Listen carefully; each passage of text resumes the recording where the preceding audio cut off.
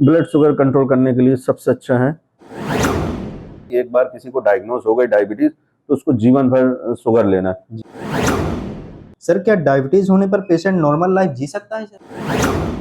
High BP का बड़ा risk रहता है, जैसे कि सर, ब्लड शुगर कंट्रोल करने के लिए पेशेंट को लाइफ स्टाइल में कौन कौन से बदलाव करने चाहिए सर? कि इन हार्ट बीपी और शुगर कंट्रोल करने के लिए सबसे अच्छी चीज़ है। नमस्कार दोस्तों, आप देख रहे हैं एमपीटॉक। मैं हूं आपका होस्ट भुवन शांतनु। जैसे कि आप जानते हैं कि हर रविवार हम आपके लिए लेकर आते हैं खास मुलाकात एक खास डॉक्टर के साथ, जहां हम सिर्फ बीमारी और इलाज की बात नहीं करते बल्कि सेहत, जागरूकता और जीवन शैली से जुड़े पहलू को भी समझते हैं। आज हमारे साथ मौजूद हैं छतरपुर के जाने माने चिकित्सक डॉक्टर मोहम्मद सोहेब रजा, जो अपने मेडिकल एक्सपर्टीज, रिसर्च और मरीजों के प्रति समर्पण के लिए जाने जाते हैं। आज इस खास बातचीत में हम उनसे जानेंगे उनके अनुभव और साथ ही आम जनता के लिए बेहद जरूरी हेल्थ टिप्स।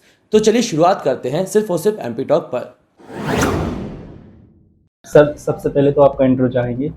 ओके, मेरा नाम डॉक्टर मोहम्मद शोएब रजा है। मैं MBBS MD मेडिसिन हूँ।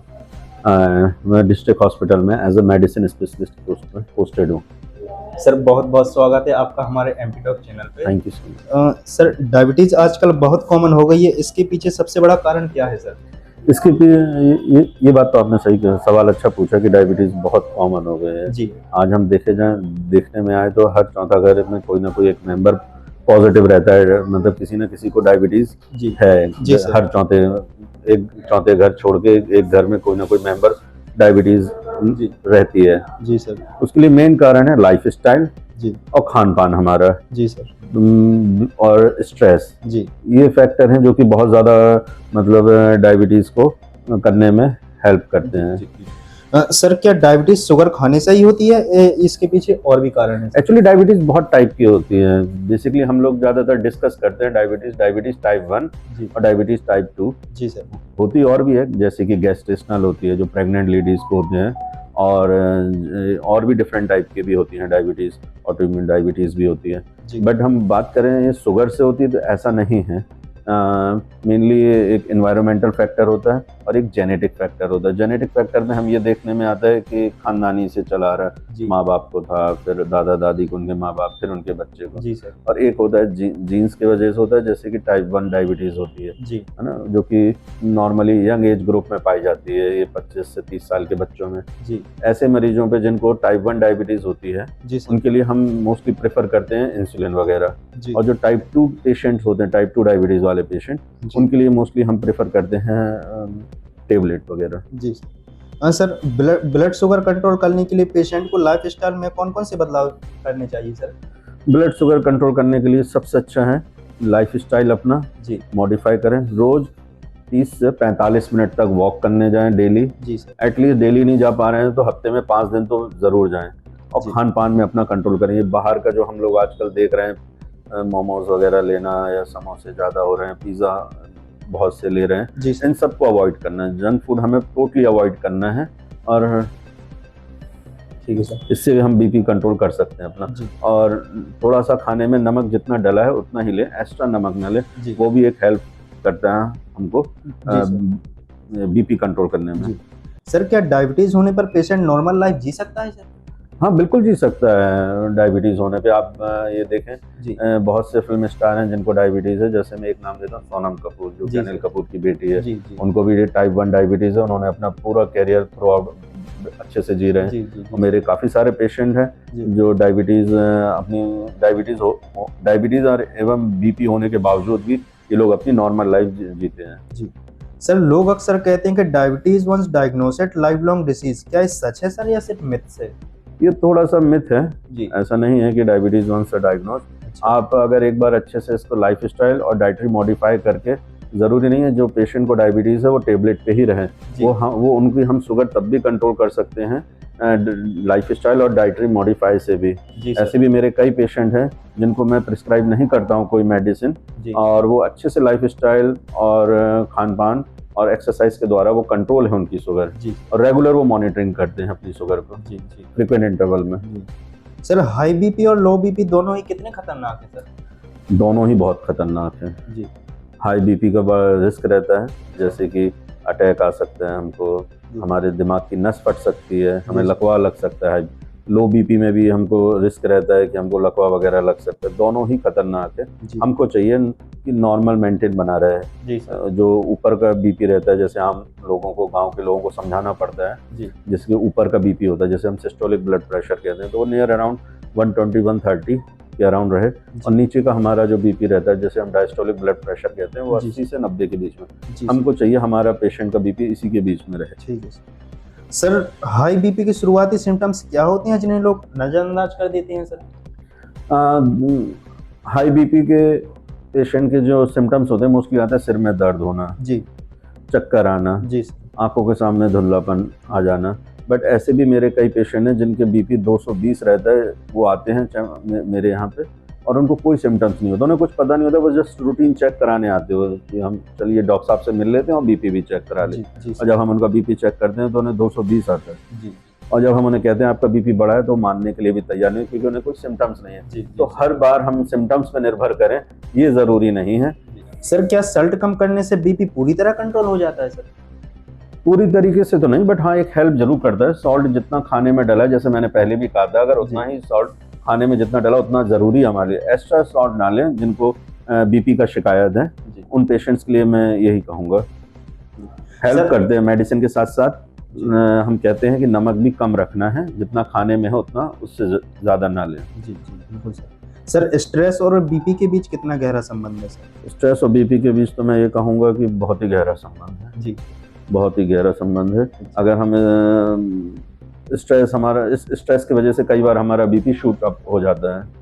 जी, हम कहेंगे पेशेंट से कि मोस्टली वो स्ट्रेस ना लें। जिन पेशेंट्स को बीपी है, जी सर, उनसे मेरी गुजारिश है कि वो एटलीस्ट हो सके तो 10 से 15 मिनट योगा के लिए टाइम निकालें, मेडिटेशन करें। इससे इनका बीपी काफ़ी कंट्रोल में रहेगा और हमें भी बहुत हेल्प होती है कि हम भी कम डोज की बीपी की मेडिसिन प्रिस्क्राइब करने में। जी। सर दवाइयाँ लेने के बावजूद बीपी कंट्रोल में रहने की स्थिति में पेशेंट क्या करे सर? हमें देखना होता है कि जिस पेशेंट ने अपने किसी डॉक्टर को दिखाया, तो क्या उसने अप्रोप्रिएट डोज में, जो हमारी गाइडलाइन होती है उसके अकॉर्डिंगली उन्होंने बीपी की अप्रोप्रिएट डोज दी है कि नहीं दी है। तो बेहतर है किसी अपने अच्छे से किसी एमडी मेडिसिन को दिखलाएं और उनसे सलाह लें। जी सर। सर हार्ट अटैक की शुरुआती वार्निंग साइंस क्या होते हैं सर, जिन्हें पहचानना जरूरी है? मोस्टली वार्निंग साइन तो हमारे जो पेशेंट्स हैं या जो हमारे लोग हैं हमारे शहर के सतह पर और भी लोग हैं, तो उन लोगों को तो एटलीस्ट तो पता ही है कि सीने में दर्द होता है तो हार्ट अटैक के साइन होते हैं। कि है ना, तो मोस्टली उन्हें ये पता है। लेफ्ट हैंड में दर्द होना, सीने का दर्द लेफ्ट हैंड में जाना, रेडिएट होना, तो इससे वो समझ जाते हैं। बट हम ये कहें कि जब ये लक्षण हो तभी हार्ट अटैक होने के साथ, अब ऐसा नहीं है। अब हम ये देखते हैं कि किसी को कुछ सिम्टम्स नहीं होते, बट वो ईसीजी में हम नॉर्मली देखते हैं तो उसमें अटैक आ जाता है। जो एक बेसिक जांच होती है, एक नॉर्मल ईसीजी, उसमें हमें कई बार, जबकि पेशेंट हमें कुछ भी नहीं बता रहा होता है कि हमें कुछ भी नहीं है, बस हम रूटीन चेकअप में हैं। सर अक्सर लोग कहते हैं कि हार्ट अटैक सिर्फ बुजुर्गों को होता है, क्या ये सच है सर? ये पहले का एक मिथ था कि पहले हम लोग भी सुना करते थे आपस में कि ओल्ड एज, बट अब जो हम देख रहे हैं सिनेरियो, अब तो यंग एज में भी कईयों को हो रहा है। अब तो स्कूल के बच्चों को भी हार्ट अटैक हो जाता है। आप देखिए, हम लोग कहीं ना कहीं न्यूज़ में या सोशल मीडिया में देखते हैं, या कोई स्पोर्ट्स खेल रहा है, क्रिकेट खेल रहा है, या हम ये देखते हैं कि कभी कभी कोई डांस कर रहा है, उसको अटैक आ जाता है। तो अब कह देना ये कि सिर्फ ओल्ड एज में होता है, तो ऐसा कुछ नहीं है। अब वो किसी भी एज ग्रुप में संभव है। सर यंग एज 35 से 40 में भी हार्ट अटैक केसेस बढ़ रहे हैं सर, ऐसा क्यों? जैसा मैंने कहा कि अब एज क्राइटेरिया उतना रहा नहीं है। मोस्टली जो मेजॉरिटी रहते हैं हार्ट अटैक के पेशेंट, ये तो ठीक है कि अडल्टली रहते हैं, बुजुर्ग लोग ज़्यादा प्रोन रहते हैं हार्ट अटैक के लिए। बट अब हम देख रहे हैं लोअर एज ग्रुप में भी ये पॉसिबल हो रहा है। हार्ट अटैक हमें कम एज में भी देखने को मिल रहे हैं। जैसे मैंने आपको बताया, स्कूल के बच्चों को भी अटैक हो रहा है, या फिर जो स्पोर्ट्स क्रिकेट खेलते हैं उनको भी हार्ट अटैक आ जाता है, उनको आ रहा है।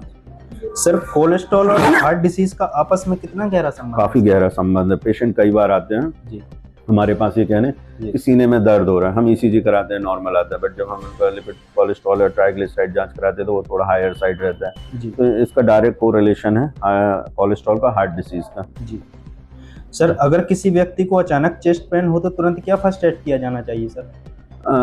फर्स्ट अगर किसी को अचानक चेस्ट पेन हो तो मैं चाहूँगा अपने नज़दीकी हॉस्पिटल में जाके या किसी अपने नज़दीकी डॉक्टर का ईसीजी एक जो फर्स्ट बेसिक इन्वेस्टिगेशन वो एटलीस्ट करा लें। जी जी वो मस्ट है उनके लिए। जी उस पर अगर ईसीजी में अगर उनको हार्ट अटैक शो हो रहा है उसके बाद मेडिसिन आती है तो वो आपको आपके डॉक्टर प्रिस्क्राइब कर देंगे। जी सर, इको मशीन ज़्यादा चर्चित में है सर, इको मशीन के बारे में आपका क्या कहना है सर? इको मशीन एक जिन लोगों को हार्ट अटैक होता है, जी जी जैसे कि हार्ट अटैक या जिनका बीपी बढ़ा है, तो बेसिक तो इन्वेस्टिगेशन ये ईसीजी होती है जी सर, जो कि हमें इलेक्ट्रोफिजियोलॉजिकल चेंजेस बताती है हार्ट की। जी इको से हमको स्ट्रक्चरल पता चलता है, अच्छा हार्ट का क्या स्ट्रक्चर है जी उसका हमें अंदाज़ा मिलता है। जी जैसे किसी को ये इको उन पेशेंट्स पे हम प्रेफर करते हैं जिनको सीने में दर्द हो रहा हो, जी पहला।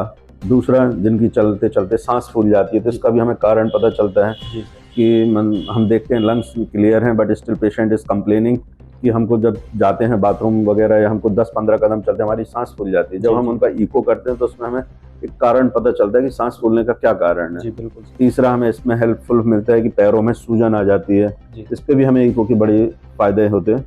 पहले ये मशीन नहीं थी अवेलेबल हमारे छतरपुर में, जी तो पहले इसके लिए पेशेंट इधर झांसी या ग्वालियर जाते थे, बट अभी हमारे यहाँ अवेलेबल है जी और इससे शहर के लोगों को भी बड़ा फायदा है। जी सर।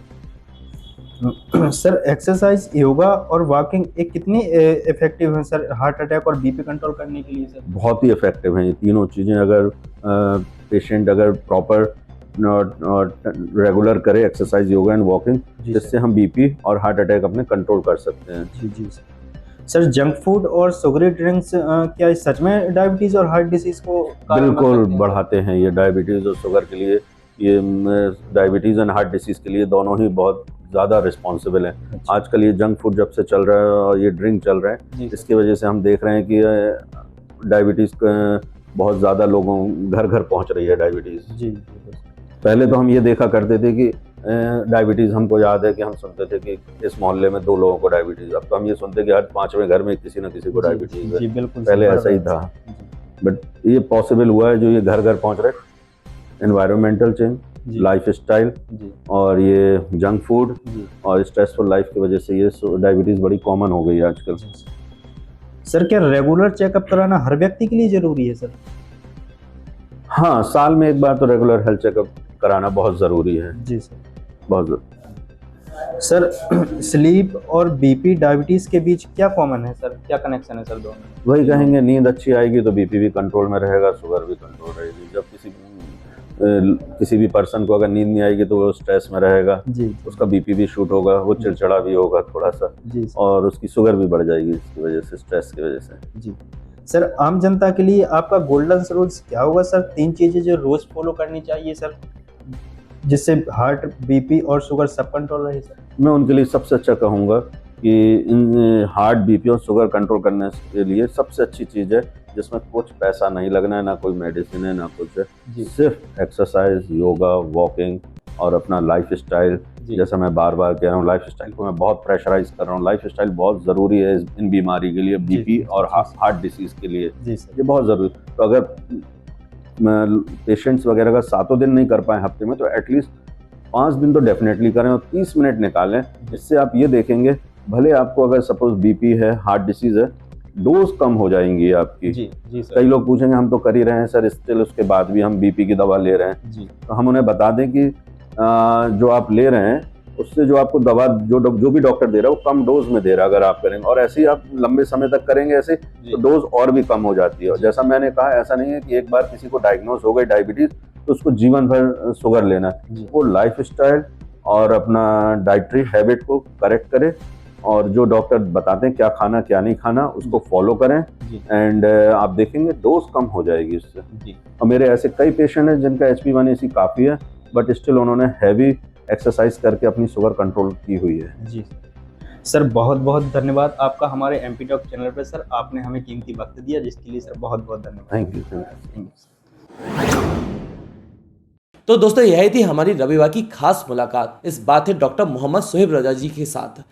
डॉक्टर मोहम्मद सोहेब रजा ने हमें समझाया कि जागरूकता और समय पर इलाज ही सबसे बड़ी दवा है। हम एमपी टॉक की पूरी टीम की ओर से डॉक्टर सोहेब रजा सर का दिल से धन्यवाद करते हैं कि उन्होंने इतने अहम संदेश हमारे दर्शकों तक पहुंचाए।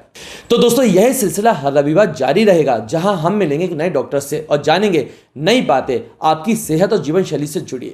अगर आपको यह इंटरव्यू पसंद आए तो वीडियो को ज्यादा से ज्यादा शेयर करें और चैनल को सब्सक्राइब करना ना भूलें। मैं हूं भुवन शांतनु और आप देख रहे थे एमपी टॉक। फिर मिलते हैं अगले रविवार की नई मुलाकात के साथ। तब तक के लिए नमस्कार और धन्यवाद।